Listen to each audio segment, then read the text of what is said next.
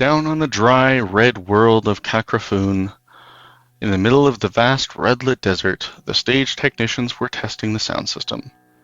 That is to say, the sound system was in the desert, not the stage technicians. They had retreated to the safety of Disaster Area's giant control ship, which hung in orbit some 400 miles above the surface of the planet, and they were testing the sound system from there. Anyone within 5 miles of the speaker silos wouldn't have survived the tuning-up. If Arthur Dent had been within 5 miles of the speaker silos, then his expiring thought would have been that in both size and shape the sound rig closely resembled Manhattan. Risen out of the silos, the neutron phase speaker stacks towered monstrously against the sky, obscuring the banks of plutonium reactors and seismic amps behind them. Buried deep in concrete bunkers beneath a city of speakers lay the instruments that the musicians would control from their ship: the massive photon adjutar, the bass detonator, and the mega bang drum complex. It was going to be a noisy show. Aboard the giant control ship, it was all activity and bustle. Hot Black Desiato's limo ship, a mere tadpole beside it, had arrived and docked, and the lamented gentleman was being transported down the high vaulted corridors to meet the medium who was going to interpret his psychic impulses onto the adjutar keyboard. A doctor, a logician, and a marine biologist had also just arrived, flown in at phenomenal expense from Maximegalon to try and reason with the lead singer who had locked himself in the bathroom with a bottle of pills and was refusing to come out till it can be proved conclusively to him that he wasn't a fish. The bass player was busy machine gunning his bedroom, and the drummer was nowhere on board. Frantic inquiries led to the discovery that he was standing on a beach on Saturninus V, over 100 light-years away, where, he claimed, he had been happy over half an hour now, and had found a small stone that would be his friend. The band's manager was profoundly relieved. It meant that for the 17th time on this tour, the drums would be played by a robot, and that therefore the timing of the symbolistics would be right. The sub-ether was buzzing with the communications of the stage technicians testing the speaker channels, and this it was that was being relayed to the interior of the black ship. Its dazed occupants lay against the back wall of the cabin and listened to the voices on the monitor speakers. "Okay, channel 9 on power," said a voice. "Testing channel 15. Another thumping crack of noise walloped through the ship. Channel 15 A-OK," said another voice. A third voice cut in. "The black stunt ship is now in position," it said. "It's looking good. Gonna be a great sun dive. Stage computer online?" A computer voice answered. "Online," it said. "Take control of the black ship. Black ship locked onto trajectory program on standby. Testing channel 20. Zaphod leaped across the cabin and switched frequencies on the sub-ether receiver before the next mind-pulverizing noise hit them. He stood there quivering. "What?" said Trillian in a small, quiet voice. "Does sundive mean?" "It means," said Marvin, "that the ship is going to dive into the sun. Sun, dive. It's very simple to understand. What do you expect if you steal Hot Black Desiato's stunt ship?" "How do you know," said Zaphod in a voice that would make a vegan snow lizard feel chilly, "that this is Hot Black Desiato's stunt ship?" "Simple," said Marvin.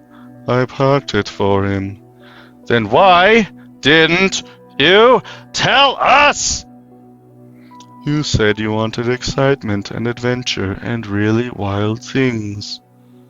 "This is awful," said Arthur unnecessarily in the pause that followed. "That's what I said," confirmed Marvin.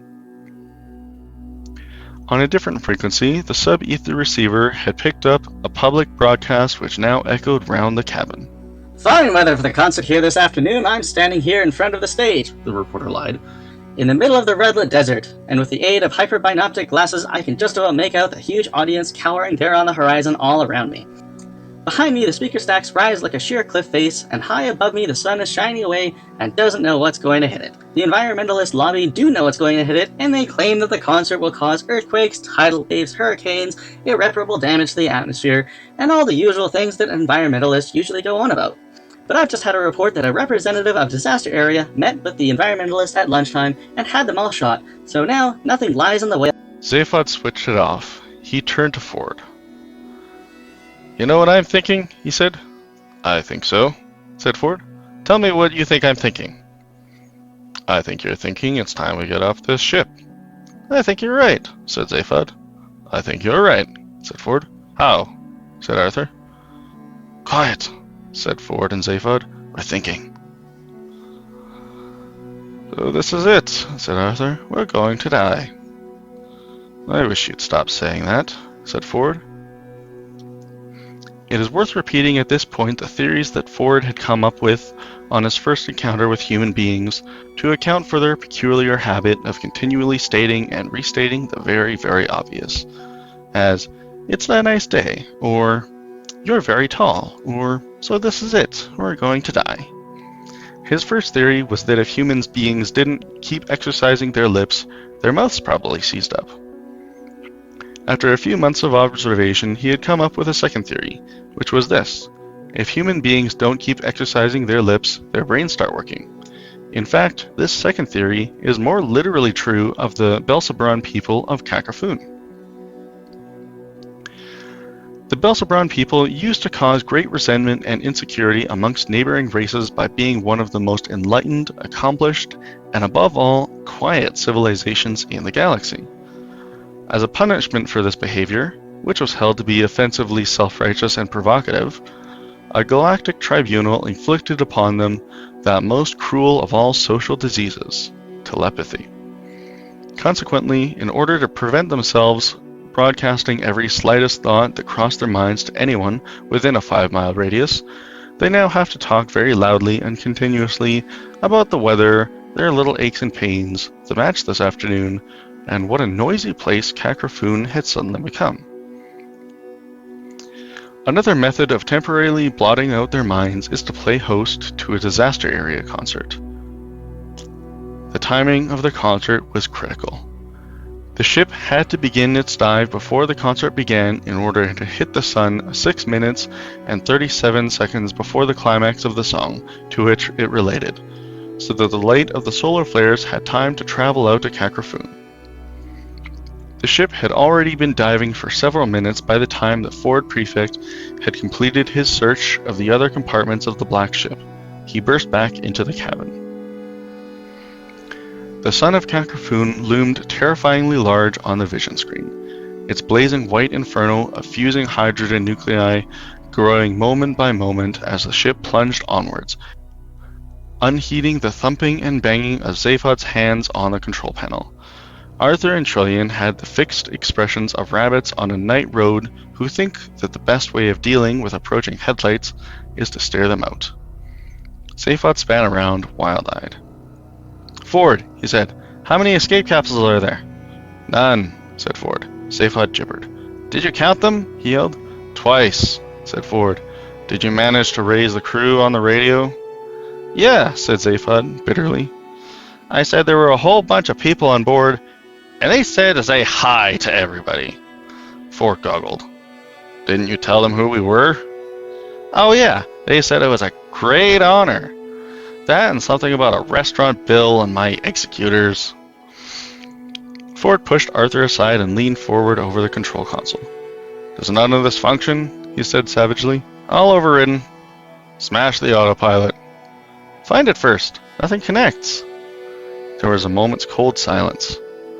Arthur was stumbling around the back of the cabin. He stopped suddenly. Incidentally, what does teleport mean? Another moment passed. Slowly, the others turned to face him. Probably the wrong moment to ask, said Arthur. It's just I remember hearing you use the word a short while ago, and I only bring it up because... Where, said Ford Prefect quietly, does it say teleport? Well, just over here, in fact, said Arthur, pointing at a dark control box in the rear of the cabin. just under the word emergency, above the word system, and beside the sign saying out of order. In the pandemonium that instantly followed, the only action to follow was that of Ford Prefect lunging across the cabin to the small black box that Arthur had indicated and stabbing repeatedly at the small black button set into it. A 6-foot square panel slid open beside it, revealing a compartment which resembled a multiple shell unit that had found a new function in life as an electrician's junk store. Half-finished wiring hung from the ceiling, a jumble of abandoned components lay strewn on the floor, and the programming panel lolled out of the cavity in the wall into which it should have been secured. A junior disaster area accountant, visiting the shipyard where the ship was being constructed, had demanded to know of the works foreman why the hell they were fitting an extremely expensive teleport into a ship which only had one important journey to make, and that unmanned. The foreman had explained that the teleport was available at 10% discount, and the accountant had explained that this was immaterial. The foreman had explained that it was the finest, most powerful, and sophisticated teleport that money could buy, and the accountant had explained that money did not wish to buy it. The foreman had explained that people would still need to enter and leave the ship, and the accountant had explained that the ship sported a perfectly serviceable door.